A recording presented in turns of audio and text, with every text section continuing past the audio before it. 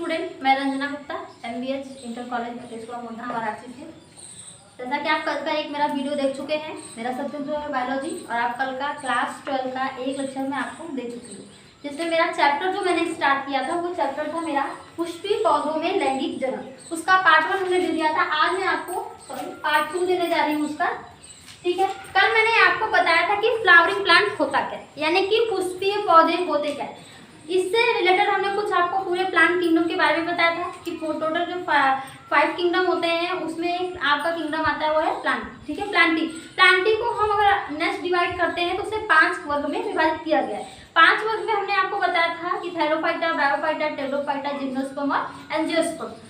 हमारा जो आज आप पढ़ने जा रहे हैं वो हम पढ़ने जा रहे हैं पुष्पीय पौधों में लैंगिक जनन, यानी कि हम आवृतबीजी पौधे यानी कि एंजियोस्पर्म के बारे में पढ़ने जा रहे हैं। हम आपको कल बताए ये भी थे कि जो पुष्पीय पौधे होते हैं उसमें जड़, तना, पत्ती, फूल विकसित होता है, उसके साथ ही साथ उसमें क्या होता है, फ्लावर भी होता है, सीड भी होता है, और आपके फ्रूट भी बनते हैं, यानी कि फूल होता है, बीज भी बनता है, आपके फल भी बनते हैं, पुष्प के सारे भाग भी आते हैं। तो आज मैं आपको बताऊंगी कि एक जब कंप्लीट फ्लावर हम लेते हैं, यानी कि एक जब हम पूर्ण पुष्प लेते हैं तो उसके कितने भाग होते हैं और कौन से भाग का क्या काम है, कहाँ पे, जनन की क्रिया में, यानी कि रिप्रोडक्शन के लिए उस पुष्प का क्या काम है, ये चीज हम पढ़ेंगे।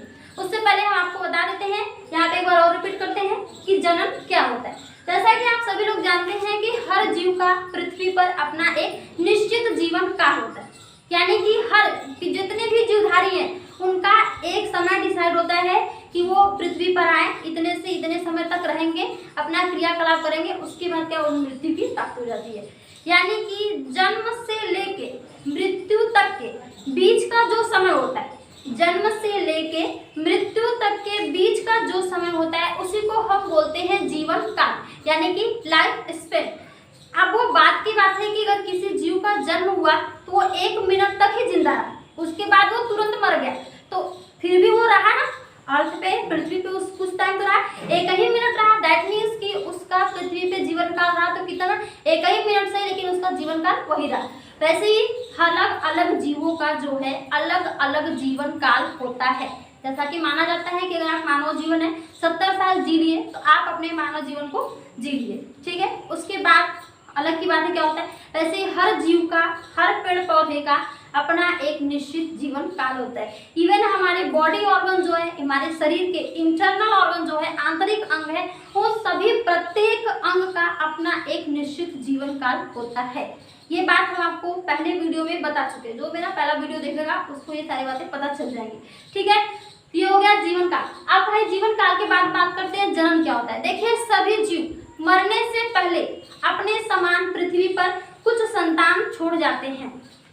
किस क्रिया द्वारा, यानी कि कोई भी जीव मरने से पहले अपने समान पृथ्वी पर संतान छोड़ जाते हैं। किस क्रिया के द्वारा, तो जनन की क्रिया के द्वारा। क्यों, यानी कि जन्म होना, अब इससे आपको ये पता चल जा रहा है कि किसी भी जीव में जन्म होना बहुत आवश्यक है। दैट मीन्स कि हम ये कह सकते हैं कि जो जनन है जीवों का प्रमुख लक्षण है। ये बात कह सकते हैं कि जनन जीवों का प्रमुख लक्षण है। जब तक जनन की क्रिया नहीं होगी किसी भी जीव का जो वंश है वो वंश परंपरागत नहीं होगा, और पृथ्वी पर अपने वंशों को बनाए रखना है तो जनन की क्रिया करना आवश्यक होता है। तो अगर हम बात करें जनन क्या होता है तो आप कह सकते हैं सिंपल भाषा में, सिंपल लैंग्वेज में, कि किसी भी जीवधारी का अपने समान संतान उत्पन्न करने की क्षमता को ही क्या बोलते हैं, जनन। एक बार और, किसी भी जीवधारी का अपने समान संतान उत्पन्न करने की क्षमता को ही क्या बोलते हैं, जनन कहते हैं। ठीक है, उसके बाद हम आपको ये भी बता चुके थे कि जनन 2 प्रकार से होता है, लैंगिक जनन और अलैंगिक जनन। कितने प्रकार का होता है जनन, 2 टाइप्स का होता है, लैंगिक और अलैंगिक। मैं ये सारी बातें आपको बता चुकी हूँ, क्योंकि मैं बोल रही हूँ। अब बात करें अलैंगिक जनन की। देखिए, अलैंगिक जनन की क्रिया वह क्रिया है, यानी कि एसेक्सुअल। अलैंगिक जनन की क्रिया वह क्रिया है जिसमें केवल एक जनक अंग भाग लेता है, यानी केवल एक, मदर फादर दोनों में से केवल एक ही जब भाग लेता है तो इस प्रकार के जन्म को हम अलैंगिक जनन कहते हैं। यानी कि जब जनन की क्रिया में केवल एक जनक अंग भाग लेते हैं तो इस प्रकार के जनन को हम अलैंगिक जनन कहते हैं। ठीक है, अब जैसे एग्जाम्पल की बात करें, ठीक है, जितने भी पेड़ पौधे, ठीक है, और कुछ सूक्ष्म जीव, उनमें अगर जनन की बात करें तो किस प्रकार का जनन होता है, तो अलैंगिक जनन होता है। ठीक है, उसके बाद अगर हम बात करें लैंगिक जनन की, ठीक है, सेक्सुअल रिप्रोडक्शन, यह आपका वही है यहाँ पे, यानी कि जब जनन की क्रिया में दो अलग अलग जनक अंग भाग लेते हैं तो इस प्रकार के जनन को लैंगिक जनन कहते हैं। ठीक है, दो अलग अलग जनक अंग से तात्पर्य ये है कि एक मदर होगा और एक फादर, यानी कि एक नर युग्मक और एक मादा युग्मक, यानी कि एक मातृ कोशिका और एक पितृ कोशिका, दो अलग अलग यहाँ पे जनक भाग लेंगे। इस प्रकार के जनन को हम बोलते हैं लैंगिक जनन। ठीक है, अब लैंगिक जनन की बात करें तो कहाँ मिलता है, तो ये पेड़ पौधों में भी पाया जाता है और जीव जंतुओं में भी पाया जाता है। अब हम केवल जंतुओं में बात करें, जंतुओं में, तो जंतुओं में किस प्रकार का जनन होता है, तो केवल लैंगिक जनन होता है। अब ह्यूमन बॉडी की बात करें, मनुष्य में किस प्रकार का जनन होता है, तो लैंगिक जनन। ठीक है, क्योंकि मनुष्य में जनन की क्रिया करने के लिए दो अलग अलग जनक अंग होते हैं। ठीक है, कौन कौन सा, एक नर होते हैं और मादा, यानी कि मेल होते हैं और फीमेल, ये दोनों लोगों का जब फ्यूजन होता है, फर्टिलाइजेशन होता है, उसके बाद क्या होता है, तो ये आपके जाइगोट बनते हैं, जाइगोट के बाद इम्ब्रियो, इम्ब्रियो के बाद एक फुल बेबी बनता है। मैं आपको ये बात पूरी बताऊंगी और मैं पीछे ये बात बता भी चुकी हूँ। ठीक है, तो आज हम जो जनन पढ़ेंगे किस में पढ़ेंगे, ना तो हम किसी जंतु में पढ़ेंगे ना ही किसी पौधों में। पौधों में पढ़ेंगे, किस पौधों में, पुष्पी पौधे में, फ्लावरिंग प्लांट में, वे पौधे जिसमें फ्लावर होते हैं। ठीक है, उन पौधों में क्या है, जनन पढ़ेंगे। तो देखिए, पुष्पी पौधों की बात करें तो आप जान चुके हैं कि आप जानते हैं कि हमारे आसपास मोस्टली कुछ पौधे ऐसे हैं जिसमें क्या होते हैं, फ्लावर लगते हैं। फ्लावर वाले प्लांट की अगर बात करें तो आपके आसपास बहुत आसानी से बहुत पुष्पी पौधे दिखते हैं। हम आपको जो दिखाते हैं, अगर गुड़हल के पौधे को ले लें तो वहां पे देखिए क्या होता है। ठीक है, उसमें आपको जो जनन अंग है आसानी से देखने को मिल जाता है। अब बात करें कि एक कंप्लीट फ्लावर, एक पूर्ण पुष्प में, ठीक है, कितने भाग होते हैं, तो एक पूर्ण पुष्प में मोस्टली 4 भाग होते हैं। कितने भाग होते हैं, 4 भाग। आप लिखना शुरू करिए। आप मैंने जितना बड़ा डेफिनेशन डाल के लिख दे, वीडियो पॉज करके डेफिनेशन को लिखते जा। अगर अब हम बात करें कि एक पूर्ण पुष्प में, एक पूर्ण पुष्प में कितने भाग होते हैं, तो एक पूर्ण पुष्प में कितने भाग होते हैं, तो हम बोलेंगे इसमें टोटल कितने भाग होते हैं, 4। ठीक है, जिसमें से पहला जो होता है उसको हम बोलते हैं बाह्य दल पुंज, बाह्य दल पुंज। ठीक है, दूसरा जो है वो है दल पुंज। ठीक है, और तीसरा जो है आपका उसको हम बोलते हैं जायांग।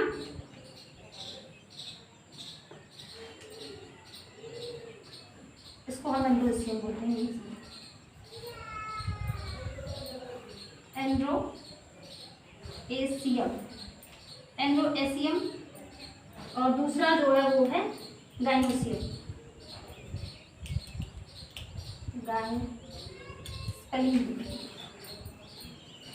गाइनोएसियम। ये है आपका एंड्रोएसियम। गाइनोसियम को हम हिंदी में जायांग कहते हैं। ठीक है, और एंड्रोएसियम को हिंदी में हम पुमंग बोलते हैं। ठीक है, बाह्य दलपुंज को हम बोलते हैं कोरोला और दलपुंज को बोलते हैं कैलिक्स। ठीक है, कैलिक्स, कोरोला, एंड्रोसियम, गाइनोसियम। ठीक है, एक कंप्लीट फ्लावर के टोटल कितने भाग होते हैं, तो एक पूर्ण पुष्प के टोटल 4 भाग होते हैं। पहला जो है वो है आपका बाह्य दलपुंज यानी कैलिक्स, कोरोला, पुमंग, ठीक है, और नेक्स्ट क्या है, जायांग यानी कि गाइनोसियम। ध्यान से देखिए, जो आपके ये दोनों पार्ट हैं, ठीक है, कैलिक्स और कोरोला, कैलिक्स और कोरोला ये पुष्प का सहायक चक्र होते हैं। ये क्या है, ये पुष्प के क्या है, सहायक चक्र है। ये पुष्प के सहायक चक्र है, एसेसरी साइकिल बोल सकते हैं इसको आप। और एंड्रोएसियम और गाइनोसियम ये दोनों पुष्प के क्या है, आवश्यक चक्र है, आवश्यक, ठीक है, आवश्यक चक्र, यानी कि ये हो गए आपके कंपलसरी और ये नेसेसरी, ठीक है, ये सॉरी कंपलसरी, ये दोनों जो आपके चक्र हैं ये टोटल 4 भाग होते हैं। पहला है, ध्यान देखो भी इसमें बहुत चीजें बताएंगे। पहला क्या है, कैलिक्स, कोरोला, एंड्रोसियम और गाइनोसियम, इन दोनों को हम सहायक चक्र और इन दोनों को आवश्यक चक्र बोलते हैं। देखिए अब उसके बाद अगर बात करें हम एंड्रोएसियम के, तो जो एंड्रोएसियम है ये पुष्प का, इस पॉइंट को नोट डाउन करो, स्टार बनाओ और लिखते चलो, ठीक है। एंड्रोएसियम पुष्प का नर जनन अंग है, ठीक है, एंड्रोएसियम पुष्प का नर जनन अंग है, ठीक है। इसकी जो इकाई होती है, इसकी इकाई को हम बोलते हैं स्टेमन, ठीक है। और गाइनोसियम जो है पुष्प का मादा जनन अंग है, इनकी जो इकाई होती है हम इसको पिस्टिल बोलते हैं, यानी कि हिंदी में पुंग केसर, जानते हो सब लोग क्या, एंड्रोएसियम यानी कि इसका जो होता है इसको हम स्टेमन बोलते हैं, वही पुंग केसर, स्त्री केसर, समझ में आ रहा होगा। फिर से रिपीट करें, सुन ले पढ़ो। 4 भाग होते हैं जिसमें से जो एंड्रोएसियम है ये पुष्प का नर जनन अंग है, ठीक है। इसकी इकाई जो होती है इसको हम हिंदी में पुंग केसर बोलते हैं, यानी कि पुंग अंग की इकाई जो होती है पुंग केसर होता है, ठीक है। और जो जायांग है इसकी इकाई जो होती है वो है आपके पिस्टिल, यानी कि स्त्री केसर, ठीक है। ये हो गए आपके टोटल पुष्पों के भाग। अब हम नेक्स्ट अगर बात करें इनकी इकाई, तो देखिए ये जो चारों हैं कैलिक्स, कोरोला, ये पुष्प के प्रथम चक्र हैं, ये पुष्प के द्वितीय चक्र हैं, ठीक है। ये पुष्प का प्रथम चक्र होता है और ये पुष्प का द्वितीय चक्र। अगर हम आपको ध्यान दें तो अगर आपके सामने अगर गुड़हल का पुष्प है तो अगर आप उसको लेते हैं तो आपको नीचे कुछ ऐसा ग्रीन ग्रीन पार्ट दिखाई देता है, ठीक है, ऐसे कुछ होता है।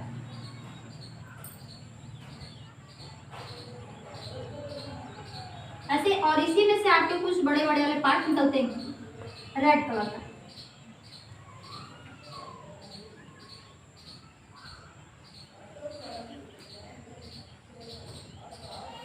ठीक है। तो देखो ये जो पार्ट है इसी को हम बोल रहे हैं कैलिक्स, इसी को क्या बोल रहे हैं, कैलिक्स, ठीक है। और ये जो दोनों हैं इनको हम बोल रहे हैं कोरोला, ठीक है। और इसी में से आपका निकलता है, ध्यान दीजिएगा, इसी बीच से आपका जाता है ये,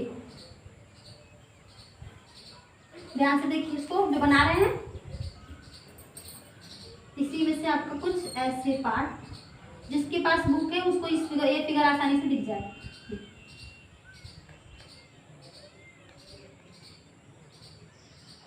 ऐसा कुछ होता है। तो देखिए ये जो 5, देखो ये काउंटेबल है, 1 2 3 4 5, ये जो पांचों आपको दिख रहा है, ठीक है, ये जो पांचों आपको दिख रहा है यही है आपका एंड्रोएसियम, यानी कि पुंग केसर, पुंग केसर यानी कि पुष्प का नर जनन अंग, यही पांचों आपके क्या है, पुष्प के नर जनन अंग है, ठीक है। अब बाकी जो देखो ये निकल रहा है, ये निकल रहा है ना, ये अलग से, तो बाकी अगर हम इसको यहाँ से अगर इस पांचों को अगर हम तोड़ के हटा दें, ठीक है, तो आपको टोटल क्या बचेगा उसमें से, ऐसा कुछ स्ट्रक्चर देखने को मिलेगा। अगर हम पांचों को हटा दें तो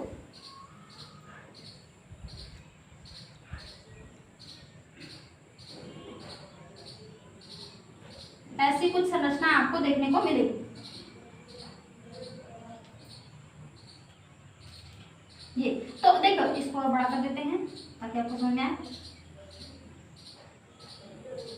तो देखो अब ये जो पूरी तरह से बचा है ये क्या है, ये पुष्प का मादा जनन अंग है, यानी कि ये क्या है, स्त्री केसर। स्त्री केसर के देखिए कितने भाग होते हैं, 3 भाग। ये जो है आपका वर्तिकाग्र है, वर्तिकाग्र, ये हम देखो सबको पता है वर्तिकाग्र, और ये जो है ये है वर्तिका, और ये जो है आपका ये क्या है, अंडाशय,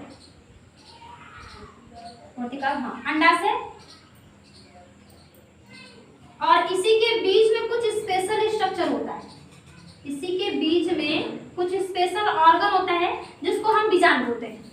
इसको क्या बोलते हैं, बीजांड। आप फिगर बना सकते हैं, बना लीजिएगा बीजांड, ठीक है। तो देखिए ये जो आपके सामने फिगर आया है, ये फिगर है पुष्प का मादा जनन अंग, दैट मीन्स यानी कि ये एक स्त्री केसर। अगर हम फिगर फिगर की बात करें, ये किसका चित्र है, तो ये स्त्री केसर का है, ठीक है, ये स्त्री केसर का फिगर है। अब ऐसी बात करें अगर हम पुंकेसर की, तो आप पुंकेसर का फिगर बना सकते हैं, कुछ ऐसे पुंकेसर का फिगर बनेगा।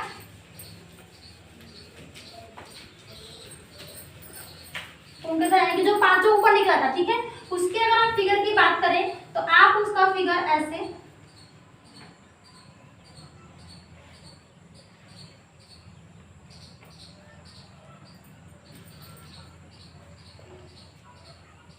ये आप बना रहे हैं हम पुष्प का मादा जनन अंग, ठीक है, इसको लगा दीजिए, पास से लगा रहेगा।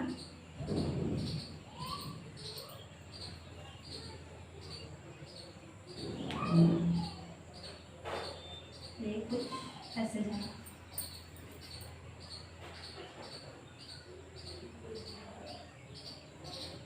ऐसे, और इसमें से बीच कुछ स्ट्रक्चर आता है ऐसे, ठीक है। तो देखो ये जो है ये पुष्प का क्या है, इस नर जननम, ये किसका फिगर है, इसको आप हिंदी में कह सकते हैं पुंकेसर, पुंकेसर, ठीक है,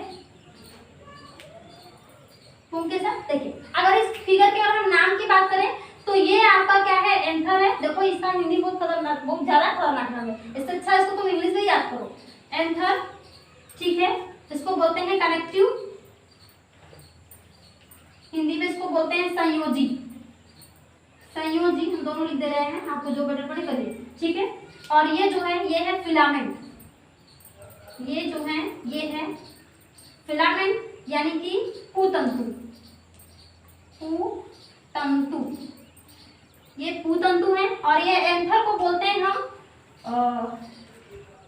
पॉलेंसेक, पॉलेंसेक इसका दूसरा नाम पॉलेंसेक, ठीक है।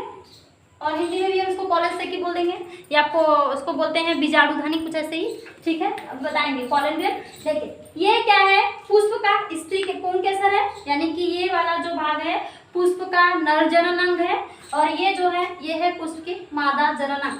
मादा जनन अंग के तीन भाग आपके वर्टिकाग्र, वर्टिका, अंडाशय, ठीक है। और ये जो नीचे इसको आप थैलेमस कर सकते हैं, इसको हम थैलेमस बोलते हैं, थैलेमस। और अंडाशय को बोलते हैं ओवरी, ठीक है। वर्टिका को बोलते हैं स्टाइल, ठीक है। और इसको वर्टिकाग्र था ये, वर्टिकाग्र, इसको हम स्टिग्मा बोलते हैं, ठीक है, स्टिग्मा। और ये जो बीजांड है इसको हम ओव्यूल बोलते हैं, इसको हिंदी में कर लीजिएगा, आपको पता है बीजांड, ठीक है। तो ये आपके दो पुष्प के दो मेन अंग है, यानी कि इन्हीं दोनों की भूमिका होती है लैंगिक जन्म की क्रिया में। आप जानते हैं जैसे कि मैंने पहले बताया कि पुष्प में अगर सेक्सुअल रिप्रोडक्शन होना है तो दो अलग अलग जनक अंगों का होना आवश्यक है। तो हम किस में पढ़ने जा रहे हैं, पुष्पी पौधों में। तो पुष्पी पौधों का जो दो अलग अलग जनक अंग है वो आपके यहीं पे है। पहला जो है वो है स्त्री केसर, दूसरा क्या है पुंकेसर, ठीक है। अब देखिए सबसे इंपॉर्टेंट बात जो याद रखने वाली वो ये है कि देखिए हमने एक ही पुष्प लिया था, ध्यान देखिए हमने क्या रहता है एक ही पुष्प लिया था, और उस एक ही पुष्प पे ये दोनों अंग क्या है लगे हुए थे। पता है कैसे लगा हुआ था, मैंने भी दिखाया फिगर में, आप पीछे से ऐसे कुछ लगा हुआ था, कहाँ, इसी वाले पार्ट पे ऐसे कुछ लगा हुआ था, कौन, ये पुंकेसर। यानी कि जब एक ही पुष्प पे नर और, पॉइंट को नोट डाउन करते चलो, स्टार्ट नाउ लिखो, जब एक ही पुष्प पे नर और मादा जनन अंग एक साथ रहते हैं, यानी कि जब नर और मादा जनन अंग एक साथ एक ही पुष्प पर रहते हैं तो इस प्रकार के पुष्प को हम द्विलिंगी पुष्प कहते हैं, ठीक है। तो इस प्रकार के पुष्प को हम द्विलिंगी पुष्प कहते हैं। और अब इसका दूसरा भी बना सकते हो, और जब अलग अलग रहेंगे तो क्या होगा, एक लिंगी, ठीक है। तो ये हो गया आपका, यानी कि एक बार और रिपीट करते हैं, जब नर और मादा जनन अंग दोनों एक ही साथ रहते हैं, एक ही साथ एक ही पुष्प पर रहते हैं, तो इस प्रकार के पुष्प को हम द्विलिंगी पुष्प कहते हैं। और जब अलग अलग रहते हैं तो एक लिंगी पुष्प कहते हैं। यानी कि मनुष्य क्या है, एक लिंगी, क्योंकि नर और मादा जनन अंग जो है वो सेपरेट है, अलग अलग है। तो तो ये हो गए आपके, हमने आपको जो है पुष्पी पौधों के विभिन्न भागों के बारे में हमने बताया, यानी कि इसको टोटल 4 भाग होते हैं। पहला जो है कैलिक्स, दूसरा कोरोला, तीसरा आपका जो है स्टेमन, यानी चौथा आपका क्या है पिस्टिल, यानी पुंकेसर और स्त्रीकेसर। आप मैंने पहले बताया कि जो आपका कैलिक्स और कोरोला है वो सहायक चक्र है, और आपके पुंकेसर स्त्रीका यानी एंड्रोएशियम और गायनोसियम। देखो ध्यान से हुआ है एंड्रोएशियम गायनोसियम बोले, यहाँ पुंकेसर और स्त्रीकेसर। अंतर ये है कि जब ये पांचों, देखो यहाँ ना, जब 1 2 3 4 5 ये पांचों एक साथ है तो इसको क्या बोले गायनोसियम, ठीक है। यानी कि जब इसी को हम एक अलग कर दिए, ठीक है, इन पांचों में से जब हम इस एक को अलग करें तो क्या बोले इसको पुंकेसर, ठीक है। और जब इन्हीं के साथ पूरा लगा हुआ है तब उसको हम बोल रहे थे गायनो ऐसे यानी कि जायांग, और उसमें से जब हम एक को अलग कर दे रहे हैं तो उसे हम बोल रहे हैं स्त्रीकेसर। कोई दिक्कत, यानी कि जब हम ये अलग करेंगे तो आपका क्या होगा पुंकेसर, जब ये पूरा आपका एक साथ है तो इसको हम बोलेंगे स्त्रीकेसर, ठीक है। एक है तो स्त्रीकेसर, सारे हैं तो जायांग, एक है तो स्त्रीकेसर, सारे हैं तो आपके क्या है एंड्रोएशियम पुमक, और अकेले है तो पुंकेसर, ठीक है। तो ये हो गए आपके एक पुष्पी पौधों के विभिन्न भागों के नाम।